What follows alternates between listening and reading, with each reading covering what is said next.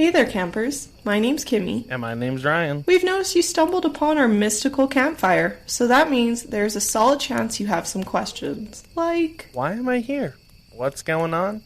And why are there cryptid and folklore creatures everywhere?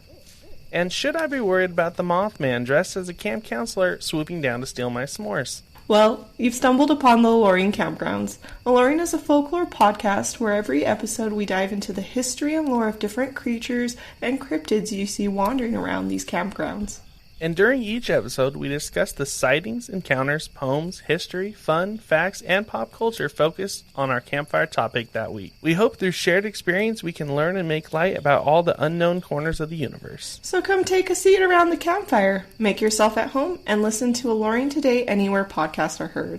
Or watch videos on YouTube, or even go to our website, aloreing.com. That's ALOREING.com.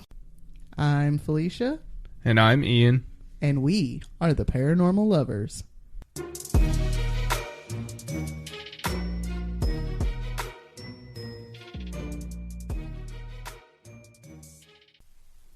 Hello, paranormal dudes and dudettes. Hi, guys. Hey. Welcome back to another week of the Paranormal Lovers. Week 17. Yeah. It's weird recording back to back like this, but hey. We'll get it. We'll get there. So this week, let's see. Pretend that you've already been through next week. What do you think you know about next week? Well, I'm gonna say probably next weekend. I know I'll probably play some Terraria with her. Yeah. So me and Patty will enjoy playing Terraria. We may go out to see a movie too. I don't know. You better not go out and see a movie without me. Why? Because I've been waiting to take her to see a movie with you. Okay. I could have taken her any time this week. Well, we can wait. Okay. I'll take that girl out for her first movie experience without her mama. The hell's wrong. I mean, she's already been to the drive-in. Yeah. Or whatever. That's true. We took her there a couple times. Yeah, that was fun. That's something I would love. We always talk about, like, businesses we would like to have, and that's the one thing that we can both agree on, that, like, we miss the drive-in movie theater so much. Yeah, we used to have one in Waynesville, and it was so cool. You pay, like, I don't know, $10 a person. Yeah, it was $10 a car. Or $10 a car, excuse me. Yeah. And you'd have a car full of people and go pull up in the drive-in and it's one of the things my mom stick one of the loved little about speakers on your window. My mom always had a truck, and you can fit quite a few people in the back of a truck. Yep. Especially if they're small children, which was legal at the time. Sure. All right. Yeah, I'm going to love being at the beach. At the beach. Honestly, I'm really excited because I'm going to be in the Gullah Geechee corridor. I've been trying to get back into my roots, and pretty sure my dad's side of the family comes from Gullah Geechee. Down there in the low country. Sure.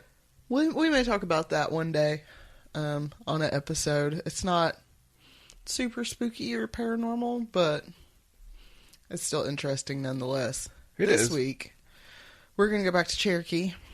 Okie dokie. We're going to talk about a legend of Cherokee. Trigger warning.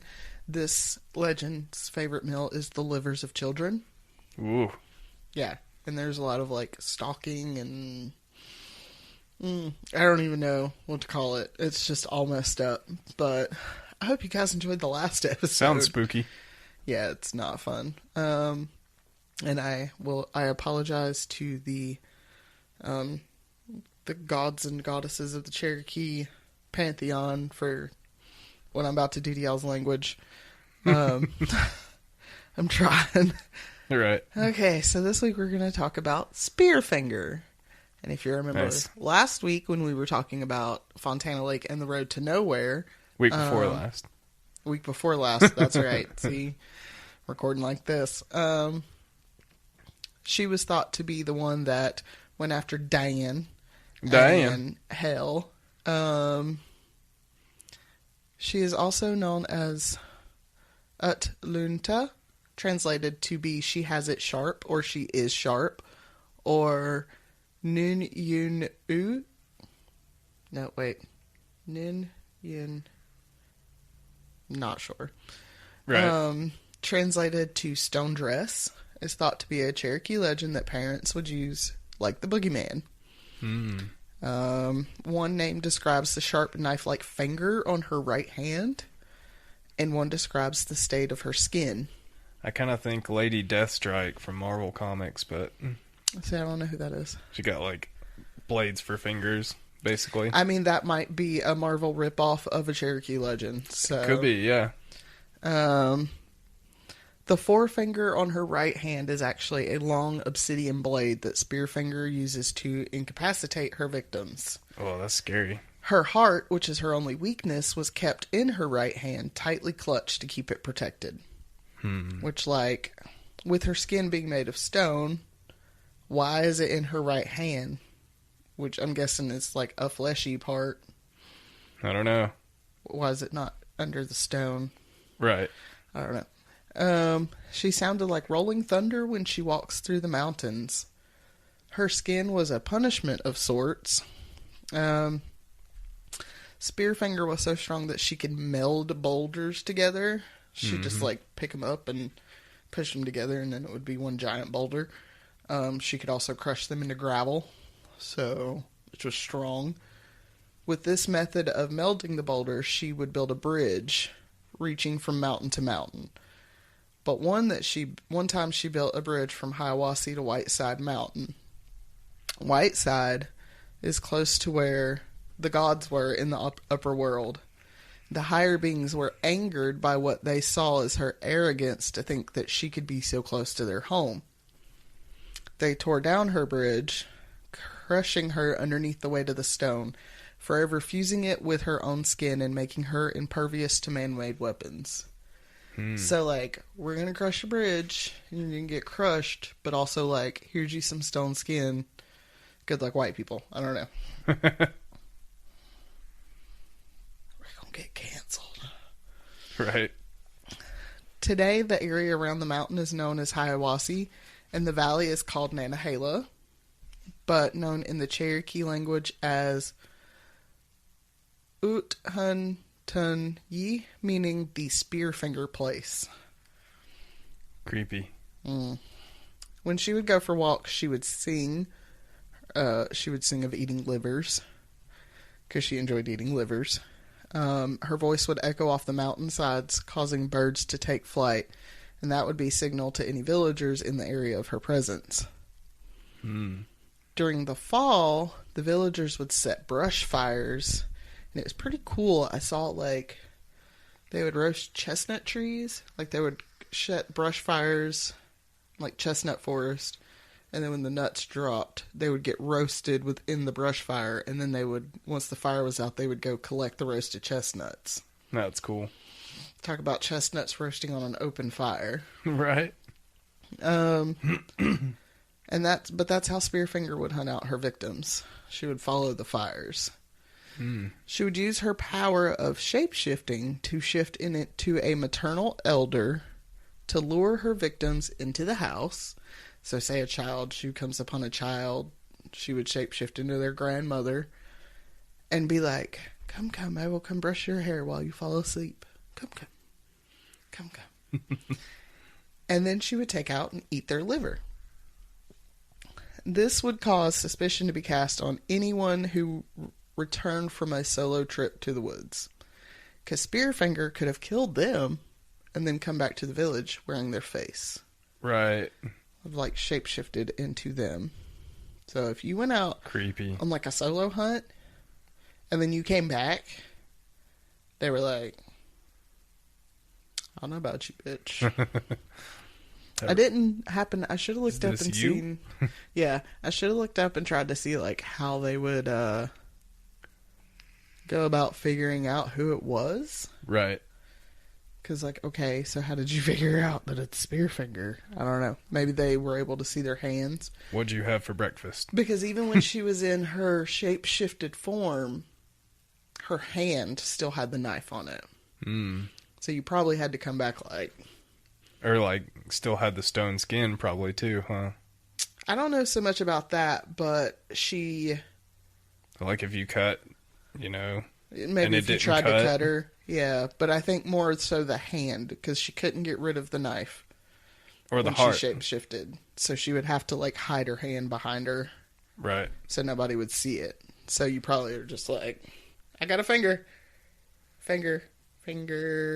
Like, or just give him a hand check. Like, let me see your hands. Yeah. Like, now, because the knife's in the one hand, the heart's in the other hand. Well, no, the heart is in the same hand as her knife. Oh, okay. Yeah, it's like embedded in the palm, and then this finger's a knife, so she keeps it like this all the time. Oh, that's spooky. With the finger extended. Because in the event... Don't want to stab your heart. Well, remember in like Dan's story, she uses that finger and she stabs you in the heart. Or in the back of the neck. And then she takes out your liver. It's weird. In the event her victim dies right away after she takes her liver, because here's the thing. You get stabbed, but you don't die. The stabbing, I think, is a way to incapacitate you. Right. So you don't give her any fight. You die over a few days because you no longer have your liver. Right. Which, like, in Dan's case, he kept getting sick and sicker and sicker. And then he died. Takes a little while without a liver. Yeah. It'll take a few days, but you'll die. Yeah. So if you die... like right away, she takes out your liver and you're dead. She'll hide your body somewhere, and she will take the victim's form. She will wait until late at night when the village is asleep, and then she will go through and feast on the livers of the whole family. Dang. Yeah. Villages are not the only places she finds her meals. Hunters, or in Dan's case, maybe a construction worker, might see an old woman walking through the trees singing her song about eating livers. Imagine you just out hiking with Patty and there's like this old lady walking through the woods. Singing. Liver, so tasty, I want to eat them. Like, you're like, well, we're gonna die. I'd kill a bitch. Some might get away, okay, but for others there is no escape. According to lore, when she gets a hold of you, she will either stab you in the heart or in the back of the neck. There is no pain, no wound, no blood as she removes your liver. But again, it takes a few days to die because you have no liver. Right. Because she ate it. It just makes me think of people like, my mom worked at KFC for like 8 years, and Liver Wednesdays... yeah. Absolutely bananas. And if it was a Liver Wednesday and the same week that the meal got paid... right. God dang. Like, the mill boys love their chicken livers. Huh. A few of the villages... What? I don't like chicken livers. I don't either. I like gizzards. Right. Which people who like livers don't like gizzards, and people who like gizzards don't like livers. Yeah. It's just the way it is. You either have the palate for one and not the other. Some people do like both. I want to say I like the gizzards. Gizzards are pretty good. They're chewy. You gotta chew. But not like, hey, I'm gonna get a whole thing of them and sit down and eat them. Like, I mean, I might like eat one. My mom would get like a pack of gizzards from the store. And that's what we used to get. Fry them up, and we'd have it like as a meal with like mac and cheese and corn or something. Yeah. So, a few of the villages were done with Spearfinger eating their children's livers. I'm sure. So they decided to call a council to come up with a way to end her. They dug a pit, filled it with sharp stakes, and covered it up as a trap. Then they started a brush fire in the hope that Spearfinger would take the bait. And she takes the bait. She comes barreling down the mountainside, only to quickly transform into an old lady as soon as she comes upon the warriors. At first, they are confused, but it only lasts for a few minutes. Arrows are fired at her, enraging her. Of course, they don't hit her, but how dare you? She charges again, but this time she falls into their trap. Now, she has stone skin. Remember, their arrows aren't doing anything. Spikes wouldn't either, pissing her off. When she falls into the bottom of the pit, she shatters the spikes. Right. And of course, the warriors are getting angry, getting frustrated. They're like, we need a sign, we need help. What do we do? So these birds come down to see what's going on. Soon a little titmouse bird comes over. It comes over and it starts singing, heart, heart, heart. So the warriors aim at her chest. But we know her heart is not in her chest. Right. So they shoot. Nothing happens. They get angry at the titmouse and they cut its tongue out. And then they brand it a liar. Wow. Which is like, kind of messed up. Right. He wasn't wrong. Y'all just didn't know where her heart was at. Like, y'all need to be hurting a little titmouse because y'all couldn't figure it out. But same thing happened to the thrush in The Hobbit. Yeah? Yeah, he was trying to tell him about smog, and they were like, shoot him away or something. Yeah. Well, then I can't help but do this, okay? Then chickadee-dee-dee-dee-dee. Watch Eleanor Wonders Why every morning, and that one just stuck. But a chickadee comes down and lands on her right hand. And then the warriors go, oh, right hand. Gotcha. And this is where I'm thinking that, like, this part of her hand is fleshy. Because they start shooting at her hand and they pierce, and an arrow pierces her wrist. Cutting off her heart from the rest of her body and ending her reign of terror. Nowadays, if you're hiking along the Blue Ridge Parkway, or in the Blue Ridge Mountains, and you hear a rumble of thunder, it might be Spearfinger's relative/enemy liver eater Stone Man. Because he's still around. There's Stone Man too? Yes. Huh. Yeah, they're like cousins. But they like hated each other because they had the same food. Livers. Tag.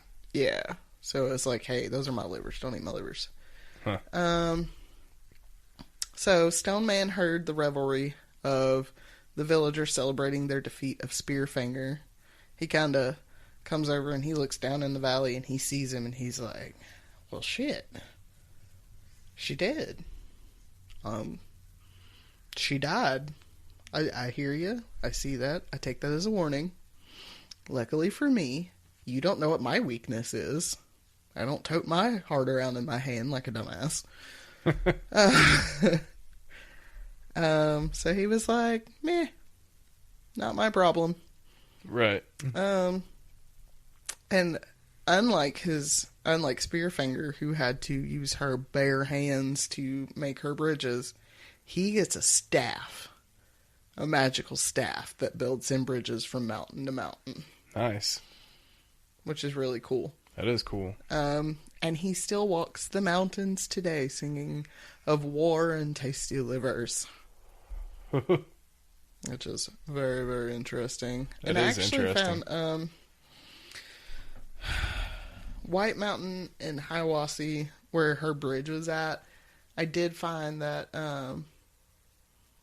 the Cherokee Council had pinpointed where it was at, the ruins of it. Mm-hmm.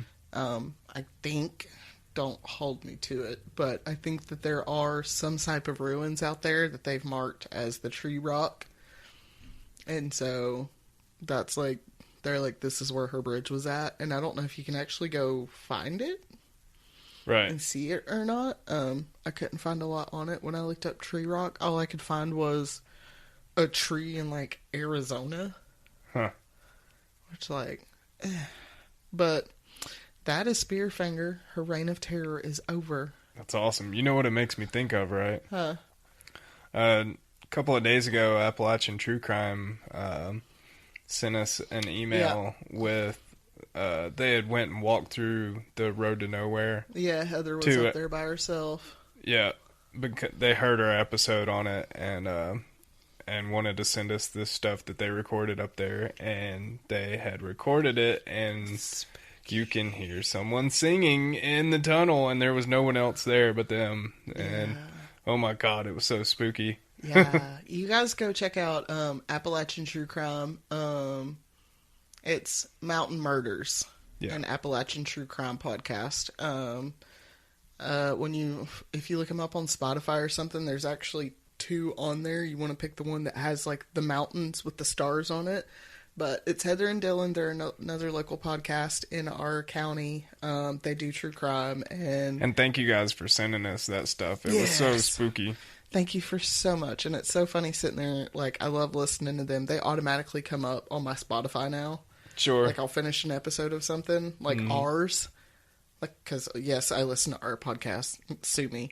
Right. And then theirs will pop up. And it's just, I love hearing people that sound like us. Yeah. Talking about stuff. And then their relationship, they sound a lot like us. Yeah. Like, they're constantly bickering. But they're, like, cute and in love. Yeah. But, yeah, you guys go check them out. But it was... That's what I kept thinking about when you was talking about her walking through the woods singing. And I'm like... Did they capture Spearfinger? Well, if you think about it, too, in last week's episode, Dan, he was out there in the woods, and he came upon a coven dancing and chanting around a fire.